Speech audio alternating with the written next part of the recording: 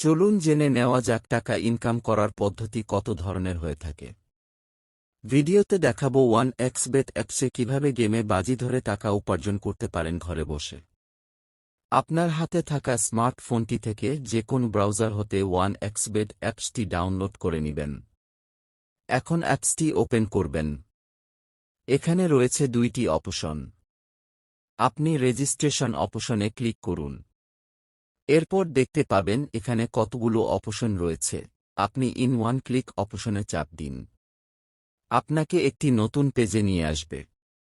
এখানে সবকিছুই ঠিক থাকবে। প্রোমো কোডের ঘরে লিখে দিবেন স্ক্রিনে থাকা প্রোমো কোড। প্রোমো কোডটি হল BHH3। এই প্রোমো কোডটি ব্যবহার করে 2 সপ্তাহে অন্তত 1000 টাকা পর্যন্ত বোনাস পাবেন এবং এর সাথে সাথে বোনাস পাবেন আপনার জন্মদিন উপলক্ষেও। এরপর নিচে থাকা কন্ডিশনগুলোতে ক্লিক করে দিবেন। এরপর ডান পাশে থাকা অপশনটিতে ক্লিক করে দিবেন। আপনার সামনে I am not robot verify page চলে আসবে। এটি নির্দিষ্ট কিছু ছবি সিলেক্ট করে দিয়ে ভেরিফাই সম্পূর্ণ করে দিবেন। এরপর আপনার নাম্বারটিও দিতে পারবেন। প্রথমে আপনার নাম লিখবেন। এরপর সারনেমে আপনার নামের শেষ অংশটা লিখবেন। নিচে থাকা ডেট অফ বার্থ। এই অপশনটিতে আপনি আপনার জন্ম তারিখ লিখুন। এরপর দেখতে পাবেন প্লেস অফ বার্থ। এখানে আপনার জন্মস্থানটি লিখে দেবেন। রিজিয়ন অপশনে লিখুন বাংলাদেশ। তারপর সিটিতে ঢাকা লিখবেন। Residency address. এখানে আপনার জেলাটি লিখে দিবেন। ডকুমেন্ট টাইপ অপশনটিতে আপনি ন্যাশনাল আইডি কার্ডটি সিলেক্ট করবেন। সিরিজ অপশনটিতে 1 লিখে দেবেন। ডকুমেন্ট নাম্বারে আপনার এনআইডি কার্ডের নম্বরটি লিখে দিবেন। এরপর নিচে থাকা ডেট অফ ইস্যু অপশনে এনআইডি কার্ডের উল্টো পাশে দেওয়া ইস্যু নাম্বারটি লিখে দেবেন।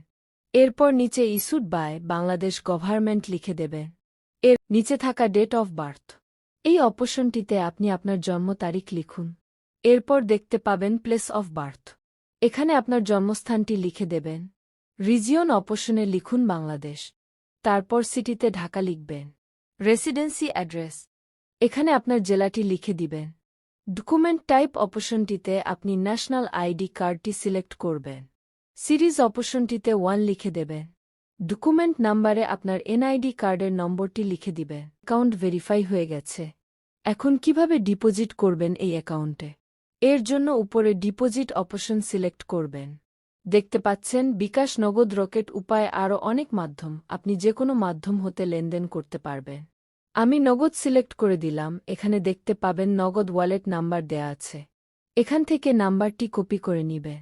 অবশ্যই এখানে নাম্বার পরিবর্তন হয়। যখনই ডিপোজিট করবেন এখান থেকে নাম্বার কপি করে নিবেন। তারপর টাকা ক্যাশ আউট করবেন।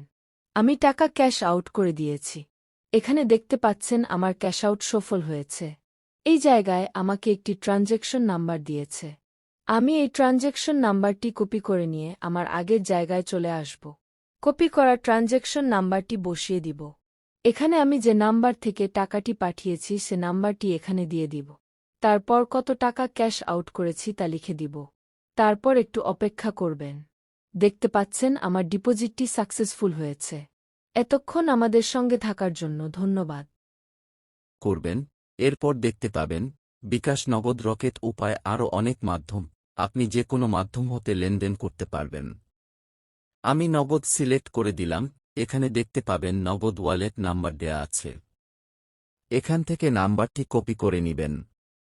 অবশ্যই এখানে নাম্বার পরিবর্তন হয়। যখনই ডিপোজিট করবেন এখান থেকে নাম্বার কপি করে নিবেন। তারপর টাকা ক্যাশ আউট করবেন।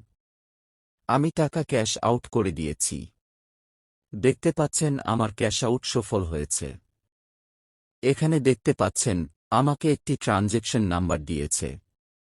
আমি এই ট্রানজ্যাকশন নাম্বারটি কপি করে নিয়ে আমার আগের জায়গায় চলে আসব। কপি করা ট্রানজ্যাকশন নাম্বারটি বসিয়ে দিব। এখানে আমি যে নাম্বার থেকে টাকাটি পাঠিয়েছি সে নাম্বারটি এখানে দিয়ে দিব। তারপর কত টাকা ক্যাশ আউট করেছি তা লিখে দিব। 2 থেকে 5 মিনিট অপেক্ষা করার পর দেখতেই পাচ্ছেন আমার ডিপোজিটটি সাকসেসফুল হয়েছে। এতক্ষণ ধরে আমাদের ভিডিওটি দেখার জন্য ধন্যবাদ।